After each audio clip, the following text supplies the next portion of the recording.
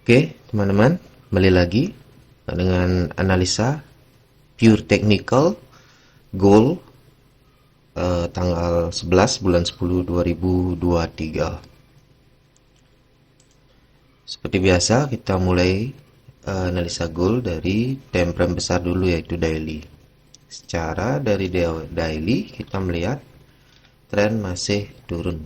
Kita tunjukkan gambarnya. Gambar yang kemarin dia masih berada di range channel line.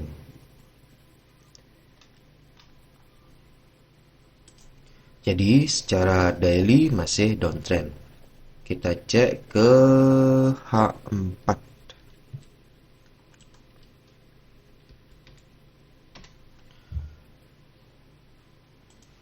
Dari H4 pun kita melihat bahwa harga masih dominan uptrend, tapi arah harga udah mulai masuk ke area konsolidasi.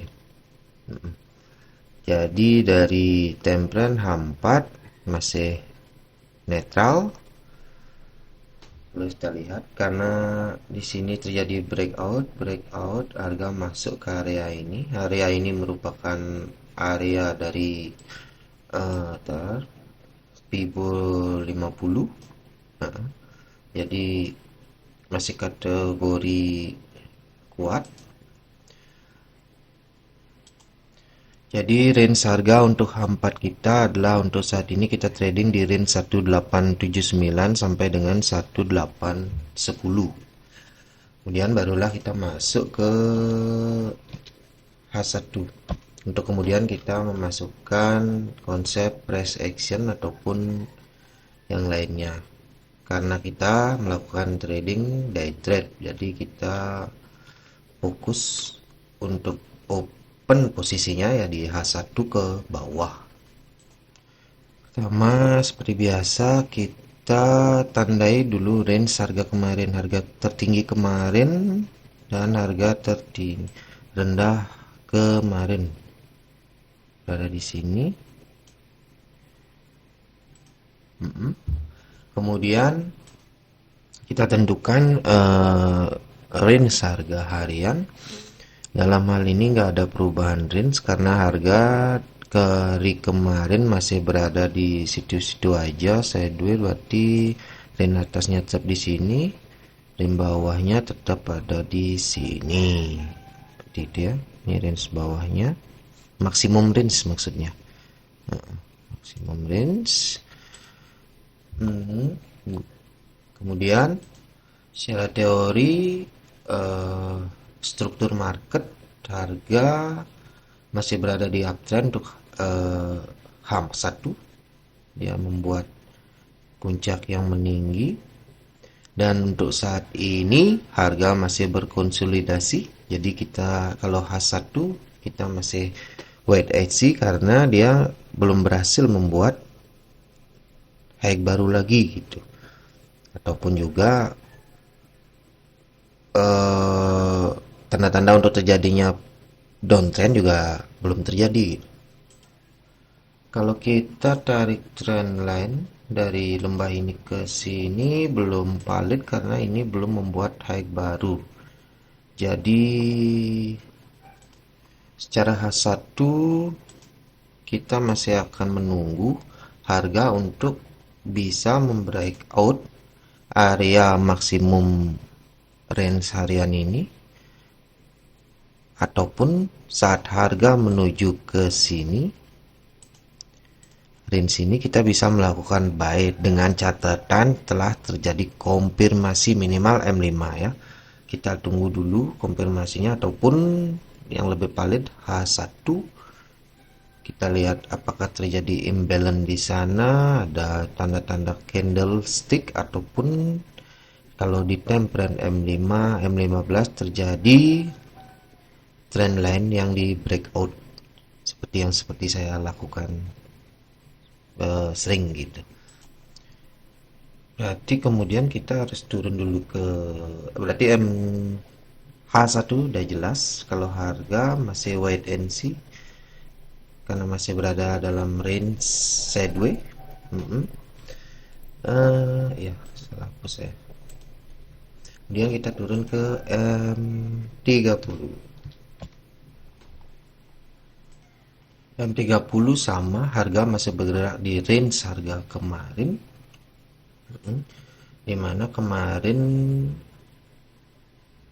jadi M30 masih hampir sama wujudnya seperti H1. Kita turun ke M15. Baik, untuk M15 kita lihat, kita hapusin dulu ya yang nggak kepake. Ini nggak kepake. Kemarin saya di sini suruh sell, ya memang harga turun. Kita white buy di dua zona ini. Zona ini ditembus karena momentum. Zona ini beraksi. Terus zona bawah nggak nyampe tapi nggak beraksi naik. Karena kemarin di M30 ke bawah saya gambar untuk peluang buy.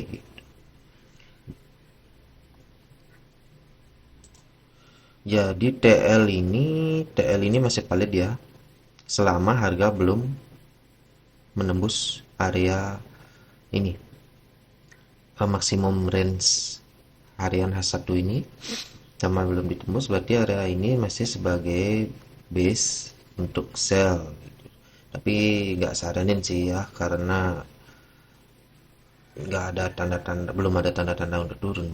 Tapi selama ini nggak di breakout ke atas terlebih dahulu, kita sebenarnya untuk yang berani masih berani mencari peluang sell sampai menuju harga ini. Ini lumayan kuat di sini. Ya inilah. 1485 ke atas. Kemudian trendline ini juga masih valid. Jadi low di breakout masih valid, berarti yang ini kita hapusin dulu,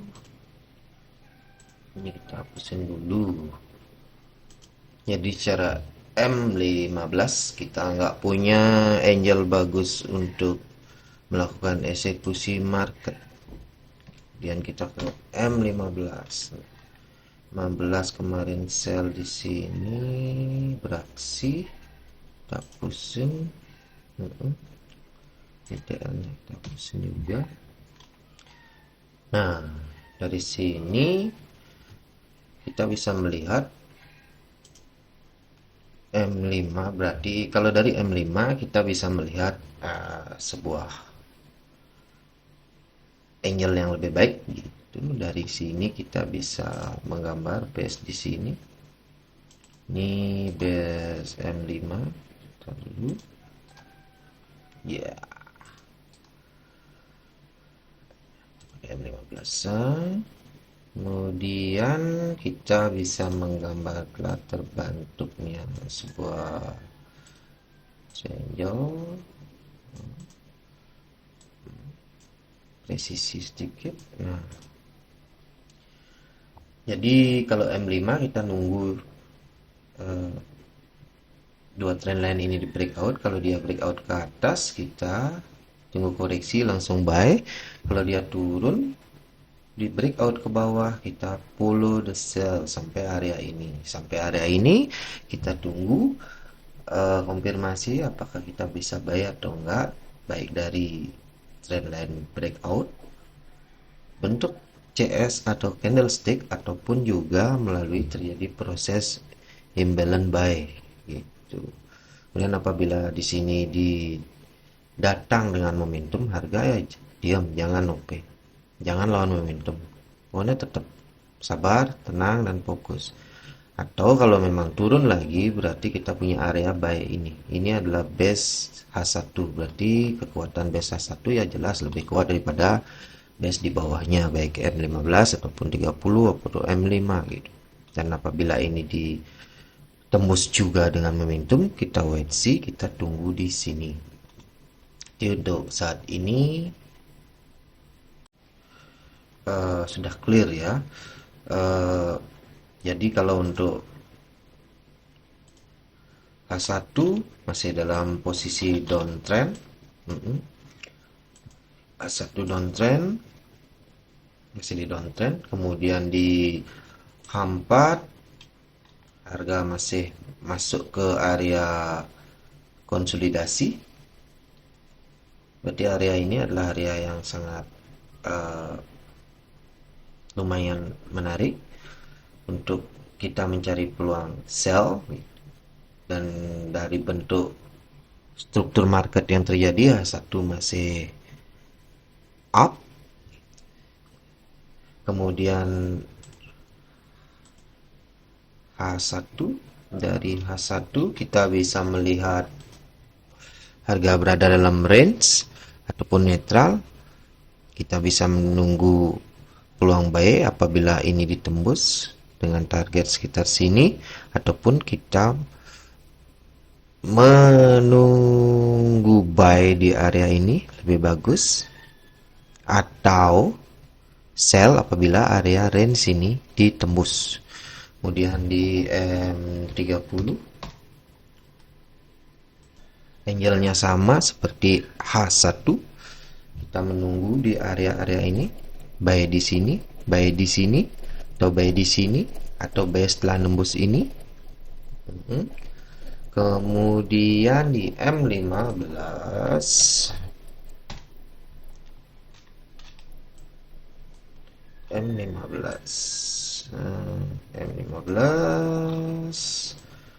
kita lihat M15 ini breakout. Kita menunggu area triangle ini di breakout ke bawah. Kalau breakout ke bawah kita bisa sell, kita TP di area ini. Kemudian kalau dia naik M15, ingat ya, ini M15 naik, kita ambil buy TP area ini. Atau kalau memang naiknya momentum, kita bisa langsung menunggu sampai TP ke area ini. Terus M5 lebih, angle-nya lebih jelas ya. Nah, ini M5 lebih jelas. Coba buy sini, mau buy sini.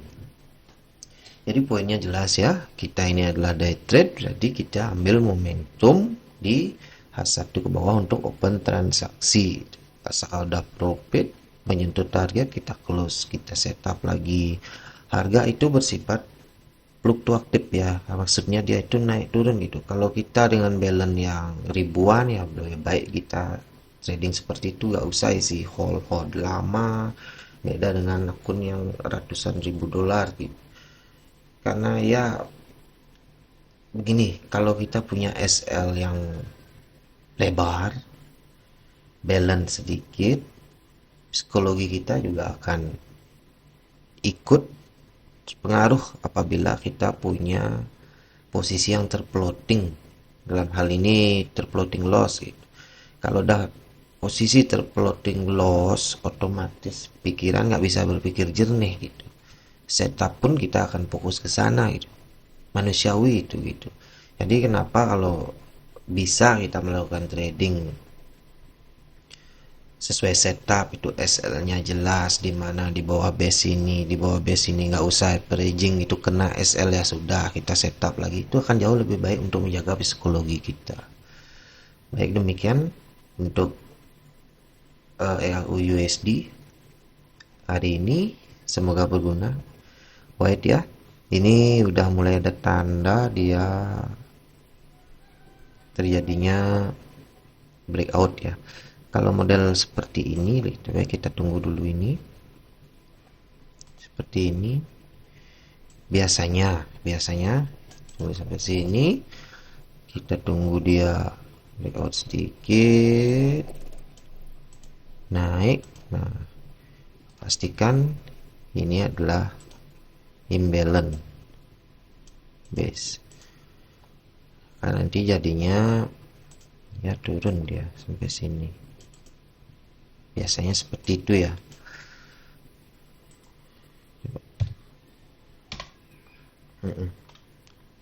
Biasanya seperti itu. Oke. Baik, demikian. Semoga bermanfaat. Terima kasih. I'ma go get it tonight.